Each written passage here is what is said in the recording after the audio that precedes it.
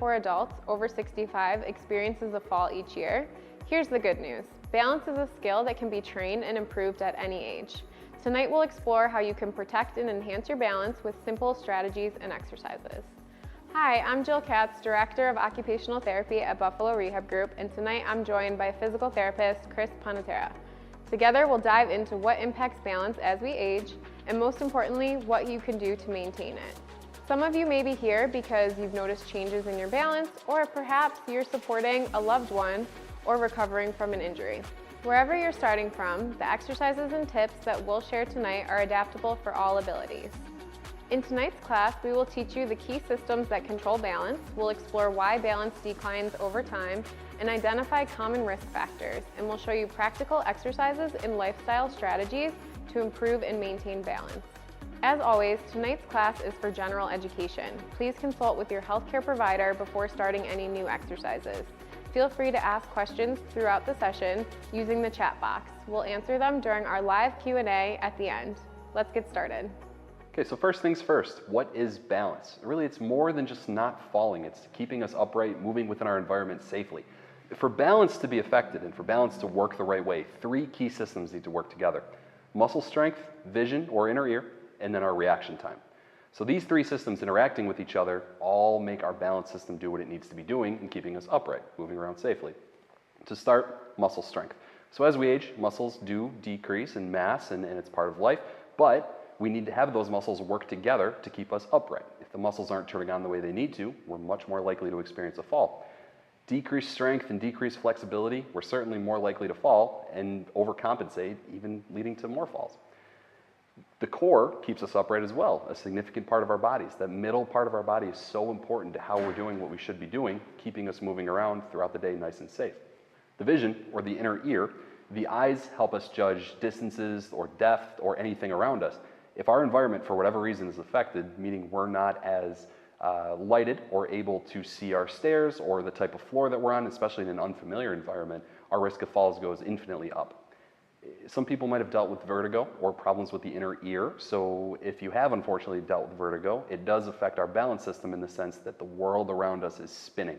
So those little crystals on the inner part of our ear, when they get in a position that they're not supposed to be, our balance system is affected as a result. So if you have experienced vertigo, the likelihood of experiencing a fall with that always goes up as well. And that final part is the reaction time. So as we age, the signal from our brain to our muscles isn't as strong as it needs to be, meaning our muscle coordination is not as good as it once was. That can lead to an increase in falls too. Just like we talked about with muscle strength and function, if that coordination isn't what it needs to be doing, our risk of falls goes up as well. Beyond just the natural aging process, our lifestyle can play a big role in our balance. So sedentary habits like sitting too long or not moving enough can lead to decreased muscle strength, can lead to joint stiffness, which then can in turn, result in more falls. Posture also plays a big role. So if we're more slouched over, that's going to throw off our center of gravity. It's going to bring that center of gravity forward, and where that center of gravity is tends to be where you end up falling.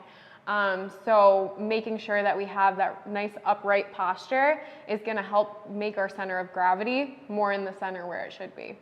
Movement diversity is also important. So lacks of challenge to our coordination can then cause a decrease in some of those skills, which can also lead to falls. Some chronic conditions can also increase your chances of falls. So one, for example, is arthritis. So that can cause joint stiffness and pain, which then can in turn decrease your mobility, decrease your strength if you're not moving as much. Diabetes is also a condition that can in turn lead to more falls. So a lot of times with diabetes, there's nerve damage in your feet. That lack of sensation then can cause you to fall more often. Neurological conditions such as stroke or Parkinson's also lead to a decreased coordination and decreased strength, which can result in poor balance. So balance is more than just being upright. It really involves things like going up and down stairs, picking up an object, recovering from a misstep if it does happen. When balance is decreased, our likelihood of falls is certainly increased, potentially making our independence lower, potentially making us rely on someone for help. So the more independent we are, the more safe we are, the less falls we experience. Looking at why these falls happen, it's something we see in the clinic every single day. You know, when we look at it, muscle weakness and tightness is a big part of why a lot of our patients say that they experience falls.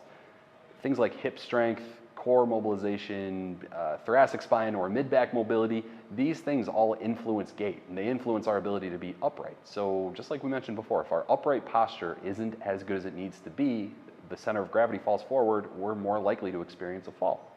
We want to train these muscles appropriately to best serve ourselves and to make sure that we stay upright. So strength of these muscles obviously plays a massive role in our balance system.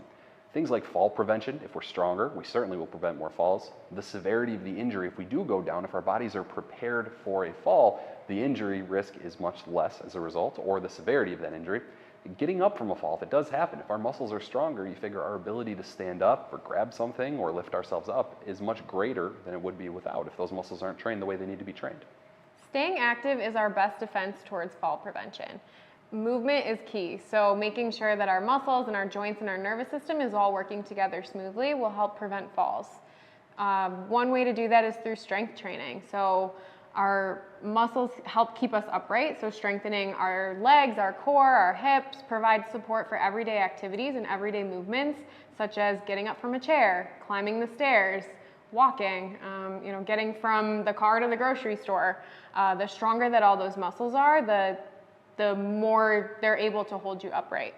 So working on our flexibility and mobility will help to decrease joint stiffness. The more stiff that our joints are, the more difficult it is for us to move around.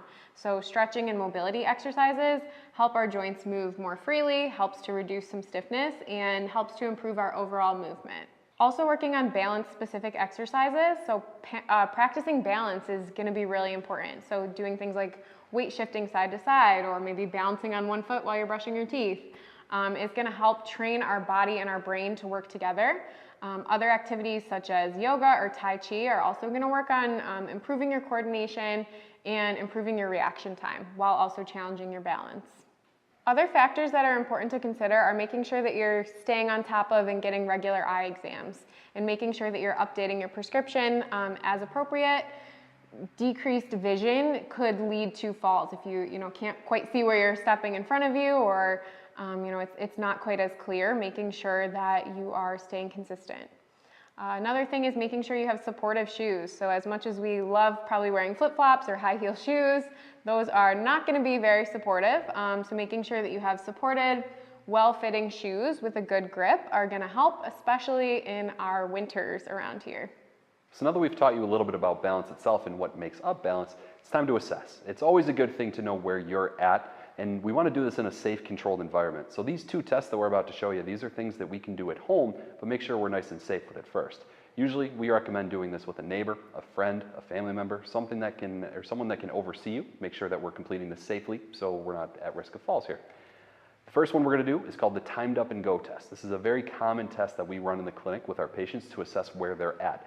We'll go over standardized measures for this and what it means if you're above or below a certain range, but it's a very easy test to go over and produce. So Jill is going to be our model with this, and we're going to go through the tug test together. So I'll have Jill start in a chair. Okay, so this can be anywhere in the house. And what we're going to do is we're going to find a spot in a second that's 10 feet from where Jill is sitting.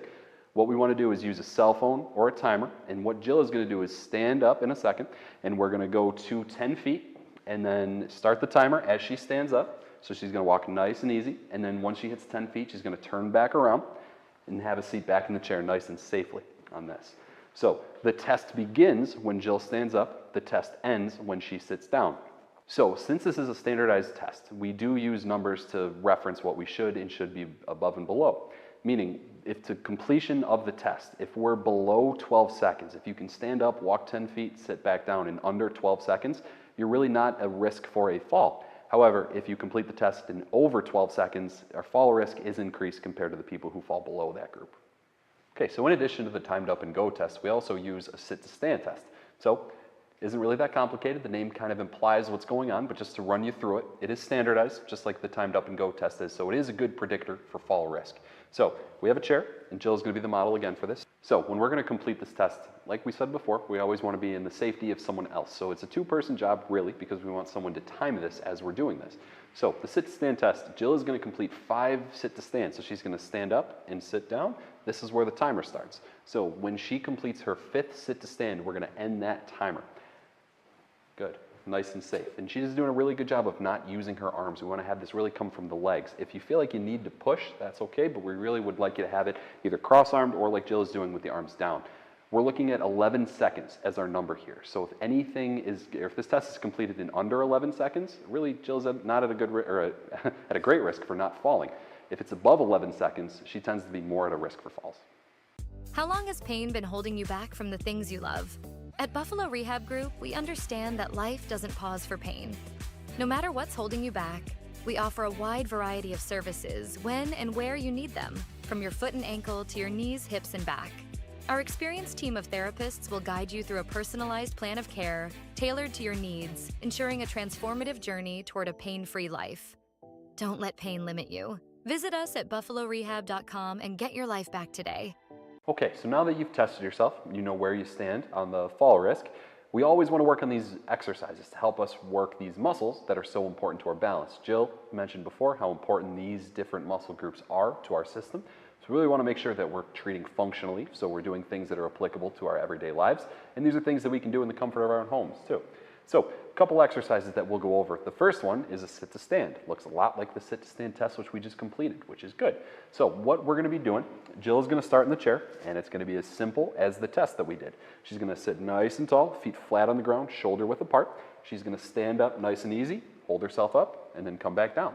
Okay? So it's a very simple exercise.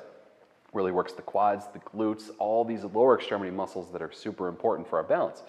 Ways to progress it, if you feel like it's too easy, would be we can modify the position of our feet. So whatever foot you like, because it's easy to do both, we can put one foot in front. So in this example, Jill's got her right foot in front, left foot's back, nice and easy, just how she was before, and she's completing the same exercise she was before. Do about 10 reps of that, and then we can, once we're finished with that, we'll switch the foot position again and come back up. Very easy. We're putting different strains on different parts of the foot and the lower body. So when we do this, usually we're recommending 10 repetitions on each variation. So 10 of the regular, 10 of the right foot forward, 10 of the left foot forward. If we're finding this is difficult and these things feel like they're a little bit too hard, even that base level sit-to-stand, a very easy way to bring it back a little bit but still complete the exercise would be to put something underneath the seat.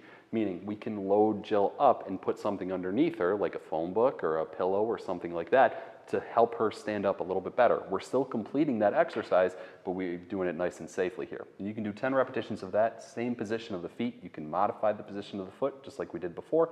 10 repetitions is the way to go on this.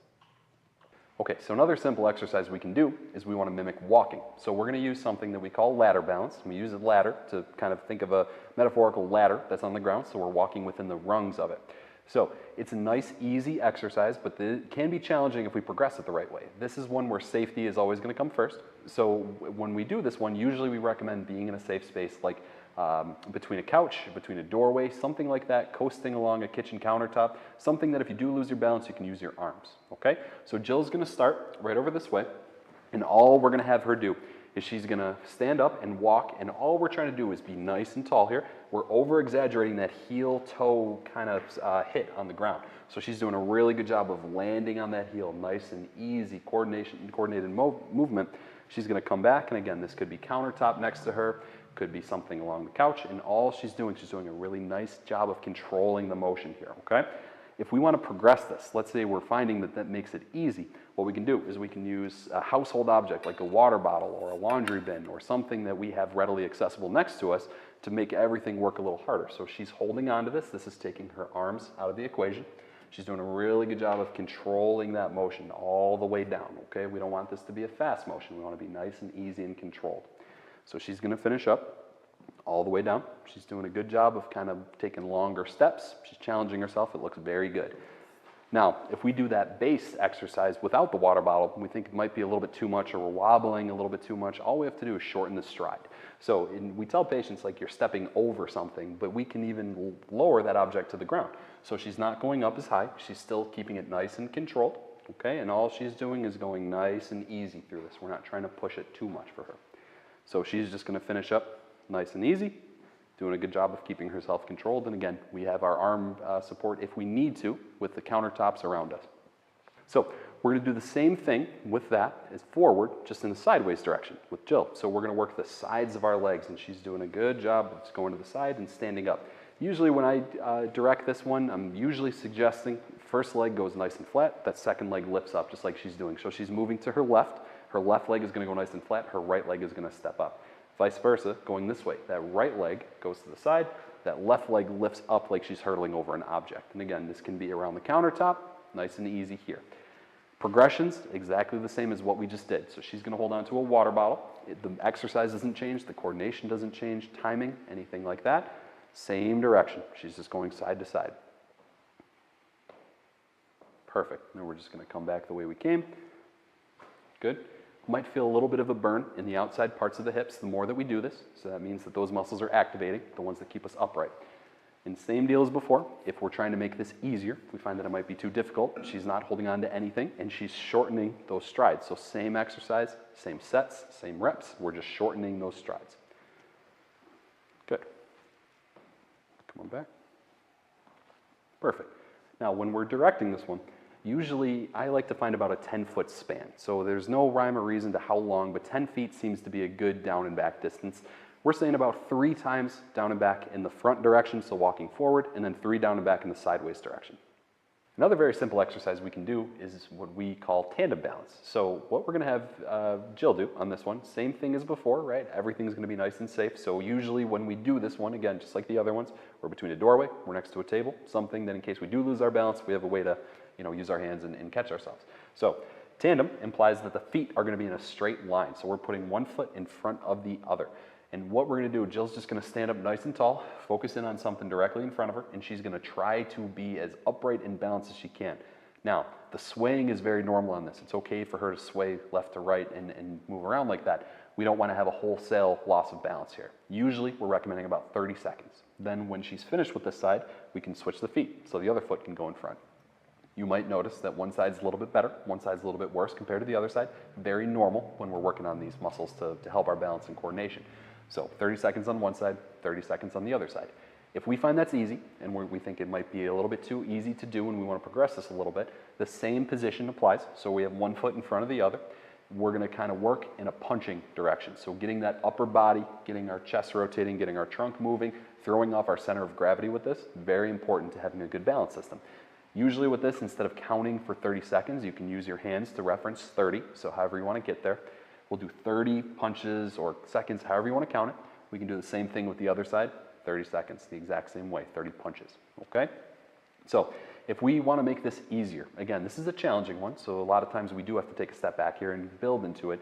What we can do is Jill can put, instead of fully staggered feet, we can put one foot, about a quarter in front of it instead of the full straight line. This will help that center of gravity become a little more level, and she's going to be doing the exact same thing. So we'll stand up nice and tall, try to count to 30, okay, just like before, and then we'll do the exact same thing. So the ball of her foot can meet the inside arch, same deal, 30 seconds there, okay? So that is, and if even that's tough, we can bring them more together, right? So the closer the feet are together in a straight line, the easier it'll be. The more in a straight line that they are, the more difficult it'll be. Okay, so another exercise that's very common, you might have done something like this in your life, ultra functional and ultra helpful for a balance system, is a lunge. Okay, so Jill's gonna work on an anterior lunge. What we're gonna do is we're gonna keep one foot nice and flat on the ground, and we're gonna bend into that motion, and then she's gonna come back. So you should feel that front leg lifting up. Jill's doing a really good job of keeping her trunk high. We don't wanna fall into it or have our center of gravity fall too far forward. Jill's doing a really good job of putting that weight into her right foot, or left foot too, switch them up. And then both legs are doing their job, okay? So when we do this, a nice easy 10 repetitions to each side. I usually tell patients you can alternate or do 10 in a row. The choice is yours, but as long as we get 10 done on each side as a base level exercise, that's really good. In terms of progression, what we're gonna do, if we find that's easy, it's the same motion, so the foot's gonna go forward, and then that back leg is gonna come off the ground, and we're just gonna hold it for a second or two, really controlling our balance. Now, again, Jill's doing a really good job of putting that weight into her front leg without having her chest fall too close to the ground. Again, we don't want to have that center of gravity fall forward and create a fall with this. So it's about a second or two hold on that right leg when she's doing it for 10 repetitions. Then the same deal with that other leg. Her left leg is going to come forward. We're going to do 10 repetitions there. Hold it for a second or two in the air, okay? Now, if we want to make this easier, what we can do is instead of going through that dynamic motion of a start position to an end position, we can have Jill start with her right foot forward, put her weight into her right foot, and then just relax the whole system and leave that foot where it is. So this is more of a stunge, so a static lunge as opposed to a dynamic lunge, which is what we were doing. It's doing a really good job, a little more safe on this one, but we're still accomplishing the exercise and the purpose here. So 10 repetitions loading that right leg, then we'll put the left leg forward, same deal with that other leg. We're putting 10 reps through that leg, keeping that left leg exactly where it is, keeping the right foot on the ground. 10 reps is good here. Okay, so a different exercise, still a lunge. We can go in a different direction. We work on all three planes of motions, so we want to work to the side on this. So this is a lateral lunge that we're going to work on here. So Jill's going to put her right leg out to the side and then just bring it back. So both feet are staying flat on the ground. We don't want to have any of the feet pop up off the ground or be in an unsafe position. So we're doing 10 repetitions to that side, okay? And then we can do the same thing the other way. So her right leg can stay down. We can put that weight through the left foot. Really nice, slow, and controlled motion. Trunk is staying high. We're not falling into the exercise here, okay? If we want to make it easier, what we can do is we can decrease, just like we did before, the stunge, right? So we can make it more static as opposed to a dynamic motion. Jill's going to put her right foot out to the side, load that right foot, and then just bring everything back to neutral. She's not moving her feet. She's keeping the feet in a good position and then coming back. So she's going into loading her right side and then coming back up. Real good exercise for strengthening the lower body, which helps us keep everything a little more upright up top. Okay, so that's our easy progression, and she can do the same thing the other way too. Yeah. 10 repetitions, each way works best for this one as well. If we want to make it a little more harder, and this is a pretty advanced progression, so what we can do is make this more of a balance-specific exercise. So take one foot off the equation, have our center of gravity work a little bit different than it did before. So it's the same idea as we'll keep the left leg flat on the ground here, and instead of loading her right side into that lunge, what we can do is just tap her right toe to the ground a little bit, about a foot maybe, if we feel like we can get there, shoot for something, put something on the ground, and 10 repetitions to the right.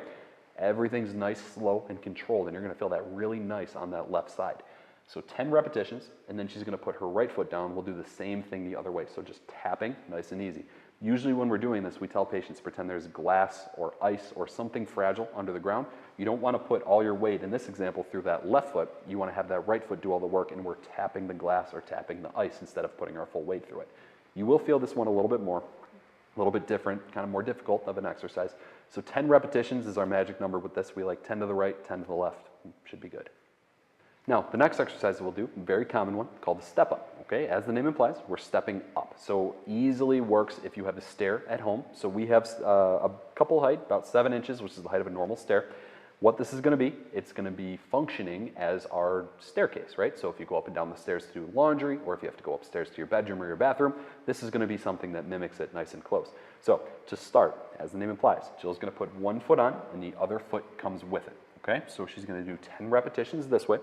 And if she finds this is too hard as she's doing it, we don't have to change anything yet, but she can hold on to a wall, a railing, something, just give a little upper body support as she's going through it. We want to use this as primarily as a leg exercise, but if we have to use the arms, it's okay because we can't really change the height of a normal stair. So it's 10 reps on the left, 10 reps on the right. Okay. Now, if we want to work through that and we think that's a little bit too hard, maybe you have some difficulty getting to 10 or you have a difficulty just getting on the stair with both feet in general, what we can do is something called the step 2. So instead of stepping onto the stair, we can just kind of put our foot up and then bring the foot down. So we're still getting that quad motion. We're still getting those muscles and the core is activating here, but we're not going all the way up. So it's almost a nice little place to build in before we do that step up. So same deal as before, 10 reps on the right side, 10 reps on the left side. Use your arms if you need to, but we want to keep everything nice and tall as it is. If we want to progress that, and let's say we want to make it a little harder, finding that it's too easy, what we can do is more of a power step. So we're going to load up this left leg real good here, and she's going to do a really good job of bringing that right foot up in the air. So everything is obviously controlled, nice and easy. Left foot stays on, that right knee drives up real tall. Now obviously there's a little bit more balance difficulties here, so take this nice and slow as we do it. So 10 repetitions left side, 10 repetitions left side or right side, and then let's keep that going. Just keep everything nice and tall, and this is a really good way to strengthen that lower body. So when we're looking to improve balance, a lot of the times it's not these wholesale changes of completely starting an exercise program or beginning something. Small daily habits make a big difference for people who suffer from balance issues or have experienced the fall. Things like adding balance exercises into your daily routine. You don't have to do every single one that we did, but if you pick one or two of them once or twice a day, you should be in a better spot. It's going from nothing to doing something. Your body will respond positively. So little changes like adding those exercises can really help your balance in general and decrease that risk of falls. Simple changes like focusing in on your posture and your alignment during tasks like going up and down stairs, standing tall, walking the dog, simple things like that help a ton. So even if we're not adding exercises in, but if we want to focus in on posture, just modify your posture during cleaning the dishes or something like that during the day. It goes a long way to help our system move better. Making small changes to your environment can make a big difference. Things like decluttering your floors, so trying to avoid having rugs, cords, scattered shoes, those all increase your chances of tripping. They're considered tripping hazards. Improving lighting in your house. A big thing is, a lot of times at night, if you have to get up to go to the bathroom and it's really dark, it can be really hard to safely make your way towards the bathroom. So having lights or night lights kind of scattered throughout that pathway from your bed to the bathroom can make a big difference in preventing falls. Another thing is non-slip mats. So non-slip mats are also a really safe way to help improve your chances of falling in your bathroom and your kitchen. Those are the two most common places that we notice people do fall in their homes. A safer environment can make it easier to move more confidently throughout your home without worrying about falling. We understand, everyone is a little bit busy, so like Chris said, incorporating some of these tips throughout your day. So for example, like standing on one leg while brushing your teeth, taking stretch breaks throughout the day. If you're sitting for a long period of time, make sure every 30 minutes or so you're standing up and stretching. And then making sure when you're getting up from a chair, you're getting up nice and slow and you're really engaging your core and engaging those muscles when you're standing up. So thank you for joining us for tonight's class. We hope you learned something new, took away something valuable, and you'll give our assessments and exercises a try. As always, make sure to connect with a healthcare professional before trying these new exercises. If you're struggling with your confidence, pain, discomfort, feel free to reach out to a physical or occupational therapist to get you the help that you need. And be sure to stick around for our live Q&A following this session. We'll see you there. Buffalo Rehab Group has my trust and vote of confidence. I highly recommend working with Katie at Buffalo Rehab Group. She is intelligent, uses care when working with me, and is very compassionate. I've been working with Tyler Pacer from Buffalo Rehab Group since May. He's been very knowledgeable and easy to work with. Kayla McClure makes PT feel more like a spa day. Sean worked with me and got me back on. Kathy is warm and welcoming. My physical therapist is Savannah Brandy was Warner, kind, and she's smart as compassionate. heck. I got my life back I got my life BRG. back at Buffalo Rehab.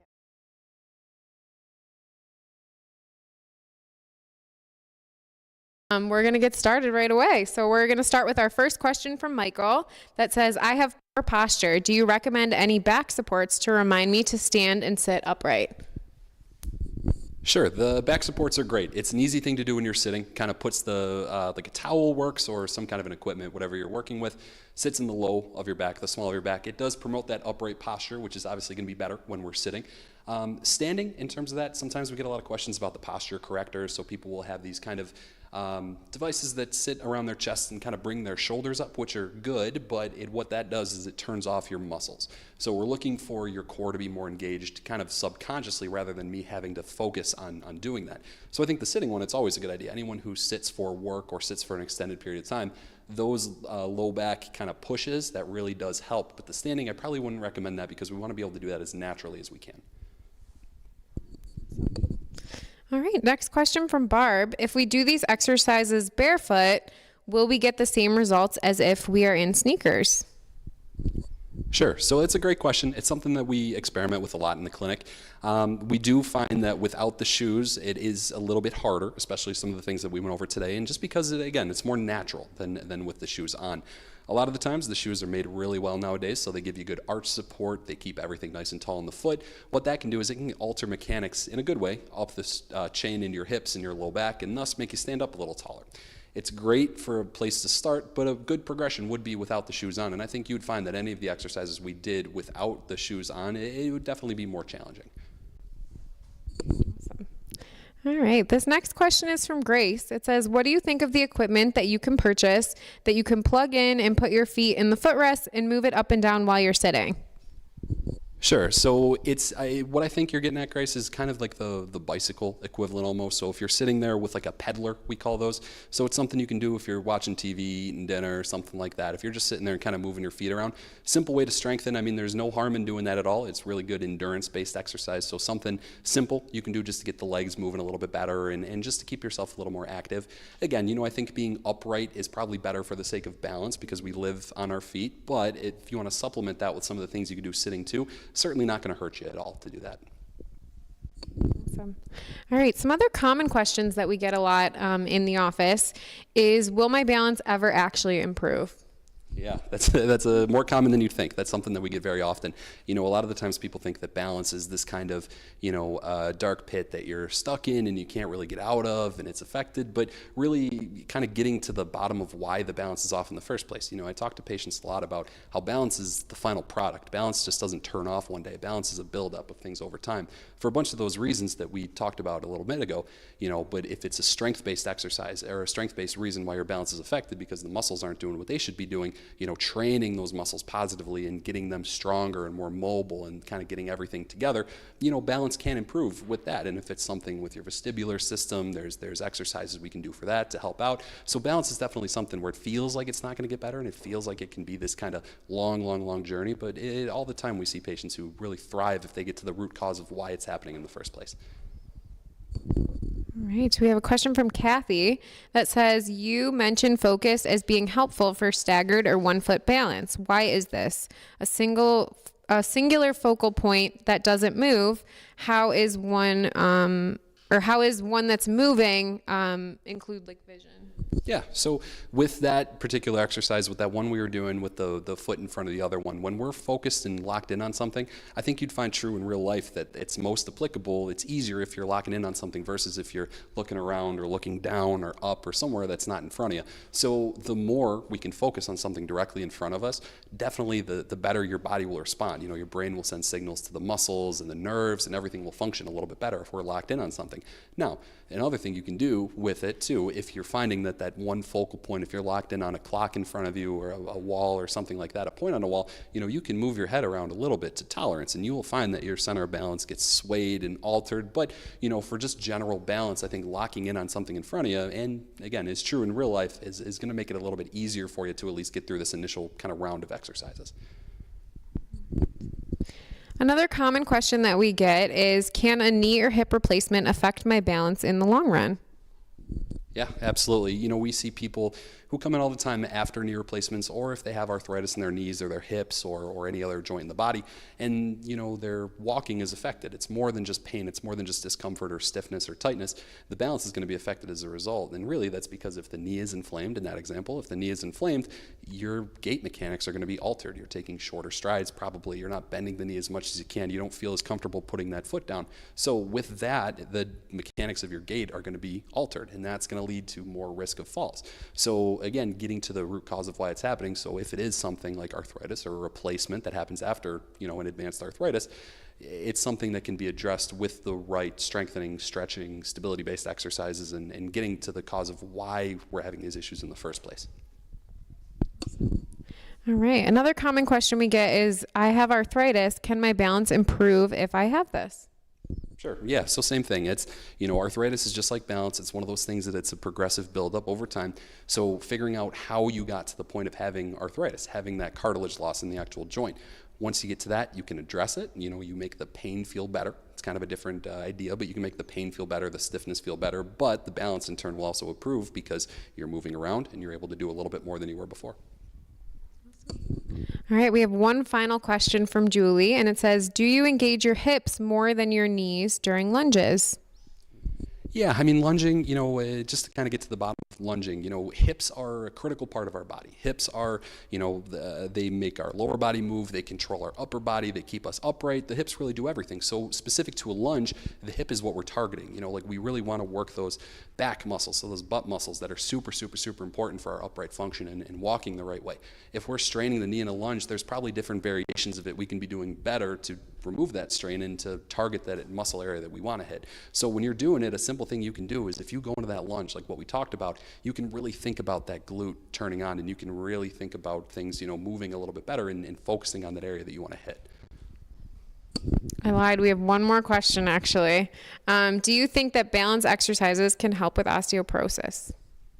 Yeah, absolutely. I mean, again, osteoporosis is one of those things that we see all the time. People come in after a fall and it's scary. You know, obviously you're worried about a higher risk of fractures with osteoporosis. So, you know, the less you can feel about going down or the more confident you can feel in yourself about upright posture and walking, the better it can be. So osteoporosis, certainly, you know, those bones can get stronger with the right care. You know, it's just the right muscle strength and stability and range of motion that we were talking about before. They have to really turn on to support those joints and support those bones to minimize that risk of going down. All right. Thank you so much for tuning in.